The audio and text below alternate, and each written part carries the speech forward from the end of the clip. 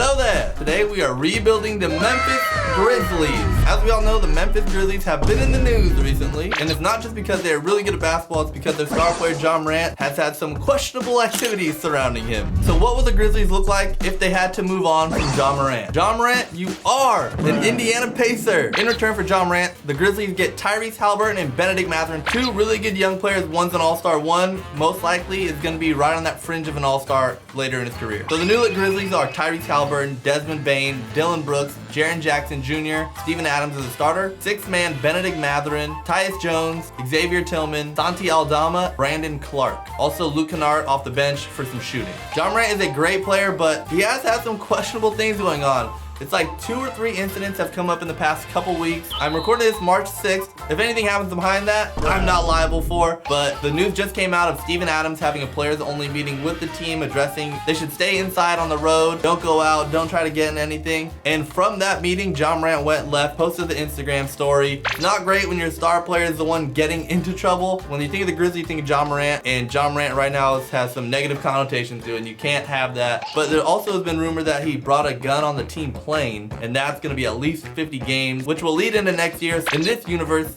the Grizzlies traded him, and they're 15-13. Not great. So through 30 games without Ja Morant, Jaren Jackson is leading the team in scoring about 19, 7.5 rebounds, 2 blocks. He's having a career year. Desmond Bane averaging 17, 5 and 4. Pretty good, 1.5 steals. Both of them are shooting over 40%, so that's really good. Dillon Brooks averaging 14.5, but on 38% shooting. My goodness. Benedict Mathurin, 6-man, averaging 14.5 points, 42%. Not great. Tyrese Haliburton, the guy to replace Ja Morant, averaging 13.5, 4 rebounds, 10.5 assists, 1.6 steals, 42%. So he's doing pretty well. You would like to see a little bit more scoring, but that'll come with time. A couple more moves are going to be needed to be made. I don't think this is a win now team. You got Ja Morant. Anything can happen. He could take over a game in the split second, but they don't have him. Tyrese Haliburton's a great player, but he's not Ja Morant. He's more of a pure point guard. Ja Morant's kind of an X-Factor type player. So this team might be playing for next year, if you know what I mean. Now we're 30-18. They just have to take some time to get used to each other, I guess. As you see, I got the Grizz Gaming shirt on. Shout out Grizz Gaming. Everyone over at the Memphis Grizzlies organization, super cool, super down to earth, super accommodating. Had a great time there, and I'm a fan. So we're 35-19. We're 20-4 since the 30-game check-in. Let's check the stats again. Jaren is up to rebounding a little bit. 18 points, 8 rebounds. 3-point shooting is about the same. Desmond Bane still doing well. Dillon Brooks up to 16 points a game, so he's doing better. Benedict Mathurin, 16 points a game. Tyrese Haliburton's up to 11 assists per game now. So this is a pretty good 3-point shooting team. So we're actually going to end up trading Luke Kennard and Kennedy Chandler to the Milwaukee Bucks for Joe Ingles and Jay Crowder. Jay Crowder gives us that toughness and flexibility that Dillon Brooks gives us. And then we can try and see if we can move on from Dillon Brooks. So Dillon Brooks is going to go to the Cavs for a first-round pick in Jetty Osman. So this is what the new lineup's looking like. Tyrese Haliburton, Desmond Bane, Jay Crowder now in the starting lineup for Dillon Brooks. We got that first-round pick for him. Jaren Jackson Jr., Steven Adams, Benedict Mathurin, Tyus Jones, Xavier Tillman, Santi Aldama, and Brandon Clark rounding out the bench. So let's go through the rest of the regular season or until the contract extension deadline, which should be coming up here pretty soon. 38-19 right now, going into the All-Star break, losing 2 right away. So let's go through the end of the year and we win 1 right away and we lose again. But we are looking like we're going to be a top team in the league. We're 3rd in the power rank, 5th in the conference. We are losing a lot of games though, which is not a great sign, but as long as we get it together for the playoffs. Luka, MVP of course. Walker Kessler, Rookie of the Year. Tyler Hero, 6-man. Giannis, Defensive Player. Ja Morant is the 2nd team All-NBA. Averaged almost 31 points a game, 5.5 rebounds, 8 assists, 1.5 steals. Shot 38% from 3, 54 from the field, which is good, but who knows if he's playing. Jaren averaged 19 points, 7.5 rebounds, 1 steal, 2.2 blocks. 51% from the field, 38% from 3. Pretty good year from Jaren. Desmond Bane led the team in scoring at 19 points, shooting 49% from the field and 43.5 from 3. Great year. Mathurin, a great rookie year, 16 points, 4 rebounds on 44% shooting. Not great. 37% from 3. Those will get better, but 16 points shows he's got the capability to handle that 6-man role right now in the immediate future. Tyrese Haliburton averaged 14.5 points, 11 assists, 4 rebounds on 49% and 41% from 3. So that's really good. After that though, not not great scoring. 7, 7, 6.5, 6.5. We are the #1 seed in the West, 52-30. The 3rd best team in the entire NBA. We have the 12th best offense, but the league's best defense. We won on average by 8 points a game, which was 3rd best in the league. We got the Clippers in round 1. I think that should be pretty easy for us. It was not easy. We won 4-3. Now we got the MVP, Luka Doncic, and we get through Luka Doncic. Holy cow. All right, we are cooking with gas now. In the closeout game, Jaren with 21 and 11, 2 blocks on 4 of 10 from 3, so really good game from Jaren. Really took it upon himself to win that one. Desmond Bane, 17 points, bad shooting night. Mathurin, a good game. Tyrese Halliburton, a good game. Jay Crowder gave us 9 points. So good game all around. Held Luka Doncic to 14 points, 5 of 20 from the field. That is the #1 defense in the league right there, baby. Let's go. Now we got the New Orleans Pelicans, and everyone knows the New Orleans Pelicans got Zion. They're a super juice team. We may lose this one. Game 1 to Zion. Game 2 to us. Game 3 to us. Game 4 to us. We're in the championship. Ooh, Jaren locking down Zion. But Desmond Bane went off. 24 points, 5 rebounds, 5 assists, 4 steals. Holy cow. Now we are in the finals facing off against the Miami Heat and Bam Adebayo and Jimmy Butler. Both these teams kind of like, one got grit and grind, we got Heat culture. It's going to be a rough battle. Great to watch on TV. We win game 1. We take game 2. We lose game 3. What happened? So game 1, we won in a huge blowout. Game 2, another blowout. Game 3, we lose on the road. Kevin Love turning back the clock, 25 points. We're going to beat him again here. Oh, I thought for sure we did win that one. Jimmy Butler went off. Desmond Bane went off for us. 17 3-point attempts, so that's a lot, but he shot basically 50%. Jaren Jackson had a bad game. 8 points in 26 minutes. That's not great. And we take game 5. In a closer one, we won by 9. Halliburton had a good scoring game, so did Desmond Bane, a good all-around game. He's doing great in the playoffs for us. Jaren Jackson, another not great game. 2 of 10. Had 4 blocks though, but only 8 points in 31 minutes, but we still got the dub. But we close it out right here, and we do. We close it out. Tyrese Halliburton, the MVP of the finals, averaging 20.5 points per game, just over 12 assists, almost 4 rebounds, shooting 51% from the field, 37.5 from 3. This video is brought to you by Manscaped.com, the premium global brand for men's grooming and hygiene products. If you didn't already know, Manscaped offers the best tools and liquid formulations for the big 3 odor zones: your body, your butt, and your balls. Manscaped just launched their 4th generation trimmer, the Lawnmower 4.0. You know, manscaping is, pretty important. A little scary at first when you first, I gotta do some things, but Manscaped.com makes it easy as ever. I mean, look at this thing. It's like so small, so portable, but so effective. I know some of you guys might be getting to the age where you might think you need to start doing it. Manscaped.com got you covered. And if you aren't already doing it, start doing it. I'm excited to share with you guys the Lawnmower 4.0, waterproof and cordless. And me personally, I am blown away with the performance. The craftsmanship and the details on the Lawnmower 4.0, out of this world. The Lawnmower 4.0 has these ceramic blades with skin-safe technology, and I mean, look at this. So easy, helps prevent nicks and cuts to your body and, the region down there. And these blades can be easily removed, just like that. Put back on, just as easy. So you're always confident when you're using the Lawnmower 4.0. It's cordless and waterproof, so you can trim in the shower, which is super convenient and makes for easy cleanup too. The upgraded Lawnmower 4.0 now includes a multi-function on-off switch, on, off, that now engages a travel lock feature. Hit it 3 times, 1, 2, 3. Light turns on.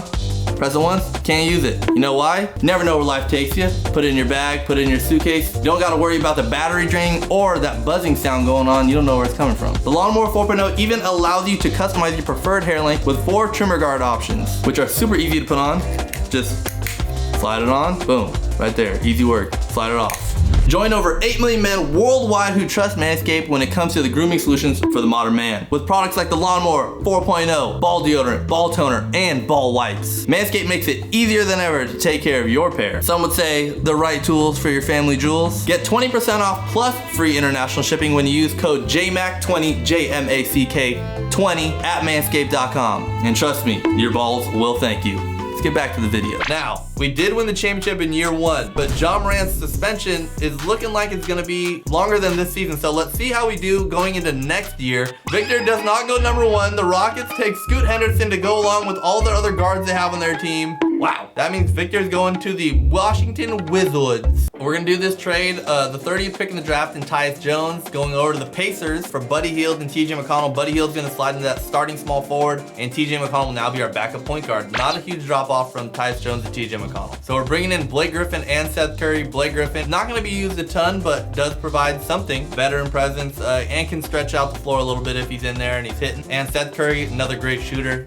Always need guys like that. So in year 2, the lineup is looking like Tyrese Halliburton, Desmond Bane, Benedict Matherin's our backcourt with Jaren Jackson and Steven Adams still in our front court. Our bench is going to be Buddy Hield, TJ McConnell, Brandon Clark, Santi Aldama, Xavier Tillman, and Seth Curry. Blake Griffin serving as a mentor on the team. And we're going to go all the way to the trade deadline. I'll see you there unless anything crazy happens. So at the trade deadline, we are 36-20, which is about basically the same as we were last year, so that's a good sign. We were 2nd in the conference, 7th in the power ranking, so we're a really good team. Leading team in scoring is Desmond Bane at 19.5, almost 20 points per game, 5 assists, 4.5 rebounds, 49% for the field, shooting 46.5 from 3, so he's having a great year. Jaren Jackson, 18 points, 7 rebounds, 2.5 blocks, 46 from the field, 35 from 3, not great. But we are getting some very enticing trade offers for Jaren Jackson. I've seen a Kawhi Leonard, a De'Aaron Fox, Sengun, so maybe we'll check into that. Tyrese Halliburton, 17 points, 12 assists. Wow, that's really good. 4 rebounds, 1.8 steals, 50% from the field, 44 from 3. So he's having a really good year. Matherin doing about as good as he was last year. How's he doing from 3?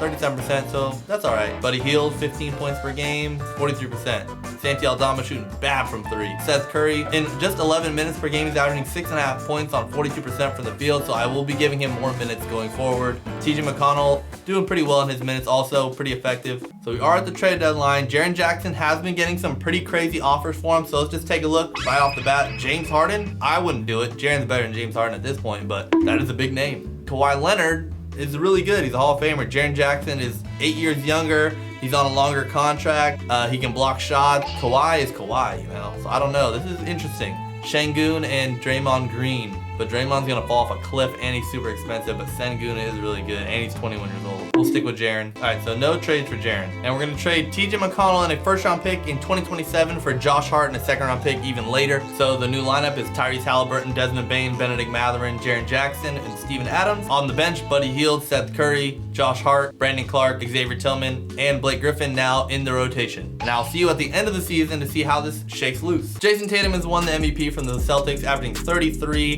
9.5 rebounds, 5 assists on 50, almost 40-90. Victor, who went 2nd in the draft, is the rookie of the year. 24 points, 11 rebounds right out the gate, 2.5 blocks. Ben Simmons, 6th man of the year. Whoa, he actually plays. Giannis, defensive player of the year. Daw, again, 2nd team. Scoring went down, assists went up, shooting about the same. Jaren is on the 2nd team. Averaged 18 points, 7 rebounds, almost a steal, 2, almost and a half blocks. Shooting went down this year, not great, but he probably had to take more shots per game. Dez leading the team in scoring still, 19.5 points. Halliburton, 17.5, 12.5, 4.5, 1.8 steals on 51% from the field and 45% from 3. Great year, great player. Josh Hart coming in, very good utility guy, 9.8 points, 5 rebounds, 4 assists, does a lot of the dirty work for you. Seth Curry, 7 points per game, 44% from 3. Great, love it. We are the #1 seed in the West, the #3 team overall, and the 3rd best defense, but we're the #1 seed, taking on Anthony Davis, LeBron James, and the Lakers in round 1. Hopefully we make it through. Oh, clean sweep. Why do we got such hard matchups? First round, we got the GOAT. Second round, we got the greatest of all time shooter, best point guard ever. Not a problem, we sweep them too. Oh my goodness. Wow, we're pretty good. And we got the young Thunder who added Vucevic to be their center in the Western Conference Finals. We lose game 1. We win game 2. We lose game 3. We win game 4. We win game 5.